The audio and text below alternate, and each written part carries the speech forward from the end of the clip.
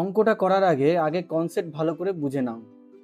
দেখো, X plus one by X is equal to যদি 2 হয়, তাহলে এখান থেকে আমরা কি বলতে পারি যে X square plus one by X is equal to 2।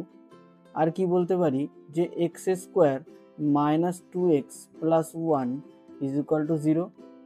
আর এখান থেকে বলতে পারি এক্স মাইনাস ওয়ান তার whole square is equal to 0।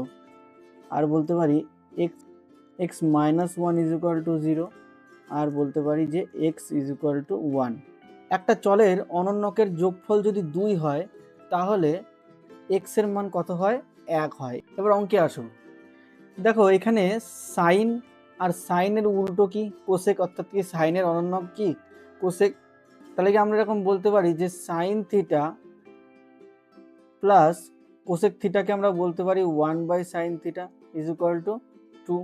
আর এখান থেকে ঠিক একইভাবে আমরা বলতে পারবো তাহলে sine theta is equal to 1, যেটা আমরা একটু আগে দেখে আসলাম। তাহলে এবার আমাদের বের করতে কি বলেছে? বলছে সাইন টু দি পাওয়ার 2025। তাহলে সাইনের মান যদি 1 হয়, তাহলে 1-এর মাথায় 2025 প্লাস, আচ্ছা কস থিটা, কস থিটাকে কি আমরা এরকম লিখতে পারি যে root over 1 minus sine square theta, root over 1 minus sine square theta তার পাওয়ারে 2025। তাহলে তুমি বলবে 1-এর পাওয়ারে যাই দাও না কেন 1 হয় অ্যান্সার। আর এদিকে ভেতরে যদি করি তাহলে 1 মাইনাস 1 তাহলে কত হয়ে যাবে? 0 হয়ে যাবে। আর 0-এর পাওয়ারে যাই দাও না কেন 0ই হবে অ্যান্সার। তাহলে অ্যান্সার হবে কি আমাদের 1 হবে অ্যান্সার।